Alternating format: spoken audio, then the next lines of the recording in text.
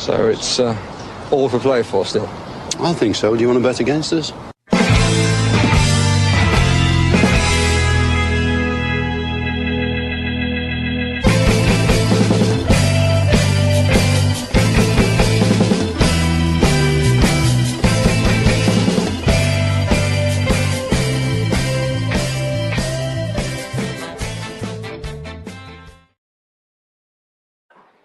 Hello, Villa fans, and welcome to For the Love of Paul McGrath podcast here in the Woolshed in Dublin.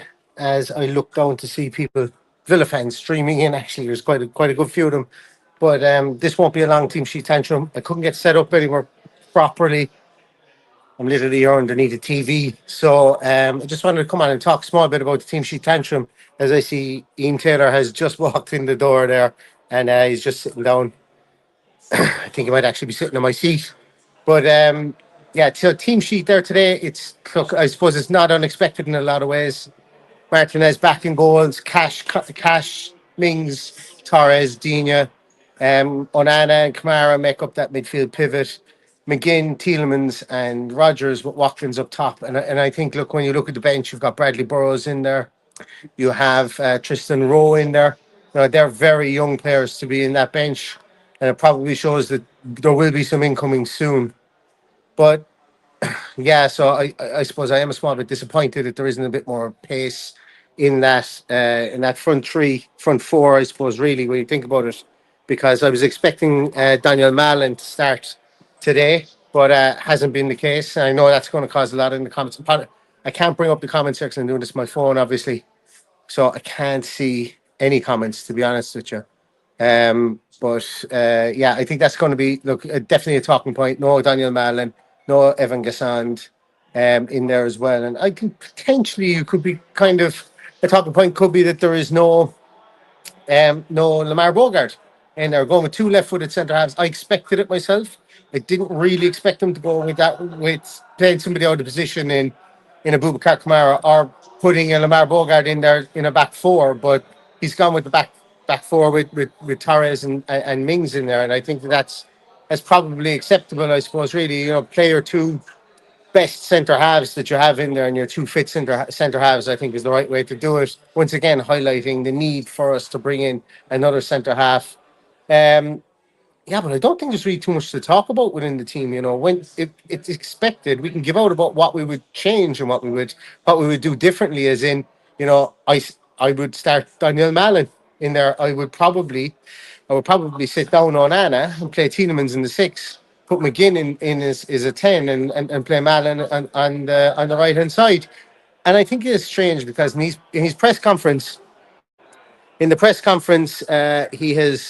mentioned that he's trying out all these players on the right hand side, so he knows that they can be played there. Obviously, he's not a fool, but he knows that they can be played there. He wants to play them there, but the big thing here is that it seems like it's just not the right time. But for somebody like Mallon, when is going to be the right time to play him there?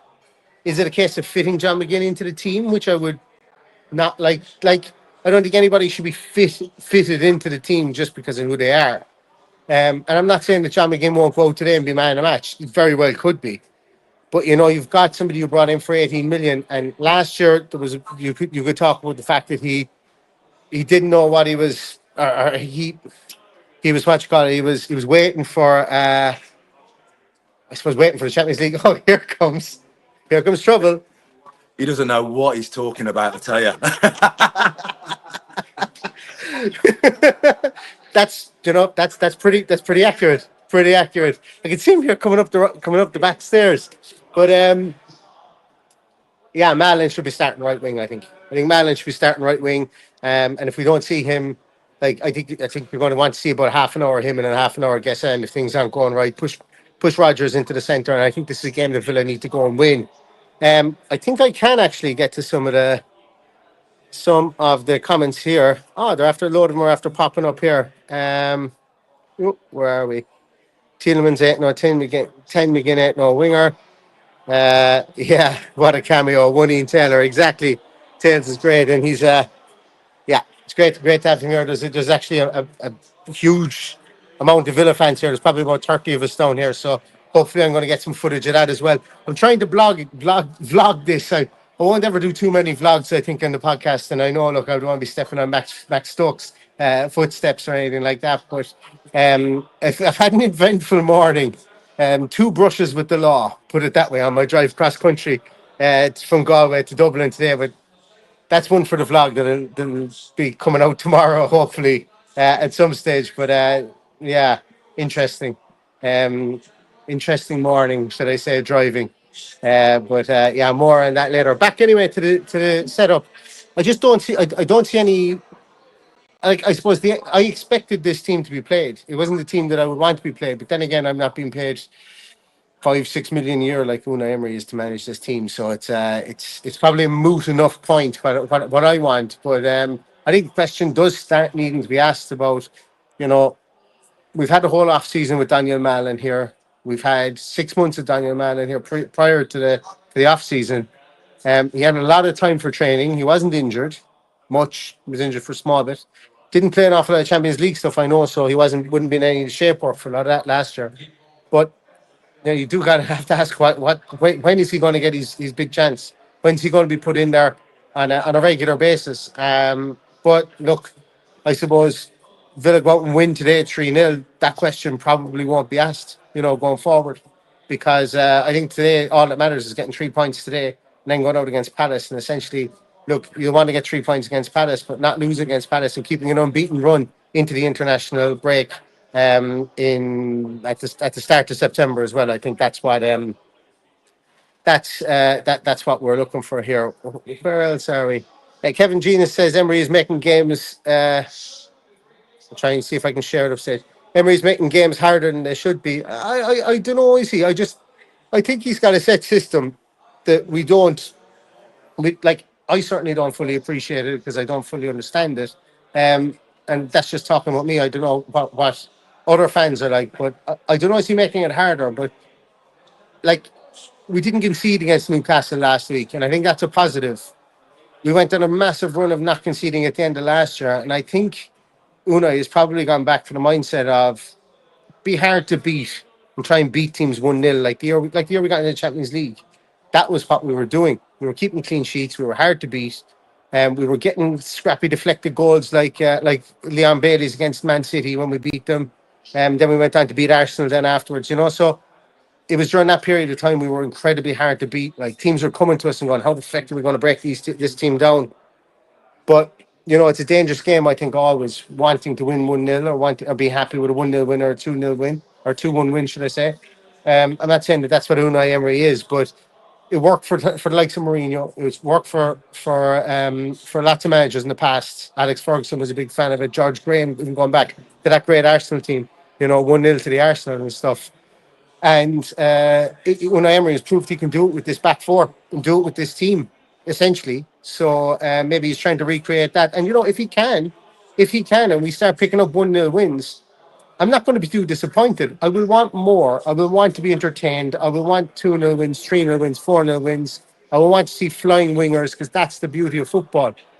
But I think in where we are at the moment, you start off cautiously at the start of the season and you pick up, you stay unbeaten for a period of time. And we can always have the argument about, is 2 draws and a win better than 2 wins and a loss? No, it's not. So that's definitely something that has to be counteracted. It's okay to lose games as long as you go on winning streaks.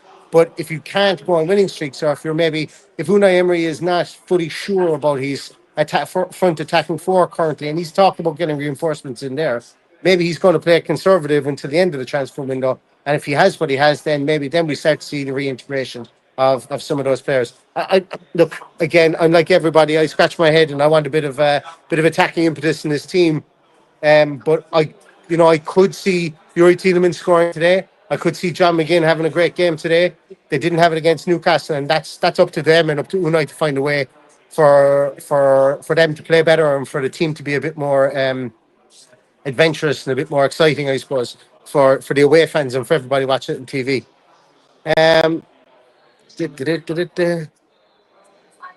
Andy Badger says, all well and good until we get screwed by goal difference. Well, goal scored it would be, because if you win more games, if you win a load of games 1-0, well, then you've got a positive goal difference. You know, and I think that's what killed us last time, was the fact that we had some big losses at times. And I think really in the year we got to the Champions League, remember we had a big loss in the first day of the season, and then we went on a bit of a run after that. But yeah, look, goal difference is a thing. Absolutely. We lost out on it essentially by goal difference last year. But also, if we had not conceded two late goals to Nottingham Forest and were tighter at the back, we would have qualified by 3 points for the Champions League last year. So it's kind of swings and roundabouts. You're better off looking at points than, I suppose, hoping for goal difference, I think. But you'd ideally want to have both. I might get kicked out of where I am at the moment, guys, so I might have to end this really abruptly. But look, I think everybody is right to feel kind of perplexed at not having a more attacking outlook. But it's probably one for me is probably a discussion afterwards. How did that setup affect the game? Like if we're 2-0 up after 10 minutes, nobody's really going to care about whether the team is attacking or not. But if we draw this game 0-0 and it's a drab affair and we have no shots on target in the first half, well then I think rightly people will start to throw questions and throw out hypotheses and look for change from that point of view. Yeah, I think I'm getting gestured at here to move on. I'm going to give you guys my little preview here on my score prediction. I'm going to go for 2-1 Aston Villa today. I think Villa are going to go 2-0 up. I think we are going to concede later on. I'm expecting big games. I'm expecting Yuri Tielemans to be better than he was yet last week. As a 10, he played pretty okay last week, but I want him to be better as a 10. I'm expecting Ollie Watkins to score a goal today, and I have to see more from Morgan Rogers now that he's 1 week moved on, progressed on from that ankle injury. I have to see more of him. I don't care if he's been doubled up on. I don't care if people are dropping a man from midfield standing in front of him. He's an England international. He's young player of the year.